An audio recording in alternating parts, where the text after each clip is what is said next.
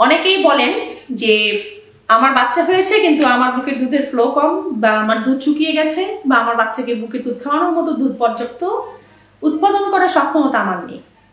যেসব মায়েরা এই ধারণাটি নিয়েছেন তাদের জন্য বলবো, হতাশ হবেন না।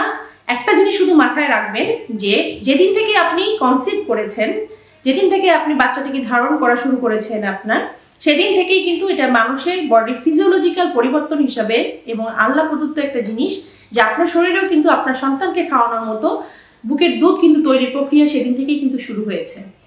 তাই হতাশ হবেন না। শুধুমাত্র আমরা কিছু ভুল পদ্ধতির কারণে বা সঠিক সহযোগিতা না পাওয়ার কারণে আমরা আমাদের সন্তানকে জন্মের পরপরই সঠিকভাবে মায়ের দুধ খাওয়াতে পারি না। এর জন্য প্রয়োজন সঠিক তথ্যটি জানা, যে শিশুকে কিভাবে বুকের দুধ খাওয়াতে হবে। এবং সঠিক পদ্ধতি হচ্ছে খুবই সোজা। আপনার শিশুর মুখ আপনার স্তনের চারপাশে নিপেলের যে কালো অংশ এরিওনা, সেখানে সঠিকভাবে শুধু সাক করানো। যদি এই পদ্ধতিটি সঠিকভাবে বাচ্চা জন্মের দিন থেকে ঘন ঘন করে যদি বাচ্চা সাক করে, তাহলেই কিন্তু সেই মা তার বাচ্চাকে পর্যাপ্ত পরিমাণে বুকের দুধ, শুধু মায়ের দুধ 6 মাস বয়স পর্যন্ত খাওয়াতে পারে।